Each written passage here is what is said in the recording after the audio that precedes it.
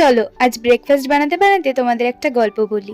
আগে আমাদের ছোটবেলার স্কুল টিফিনে এই ডিম পাউরুটি কিংবা চাউমিন কিংবা ওই রুটি তরকারি বা রুটি আলু ভাজা বা মায়ের হাতের গরম গরম লুচি বা ঝাল সুজি এগুলো নিয়ে যেতে আমরা খুবই পছন্দ করতাম।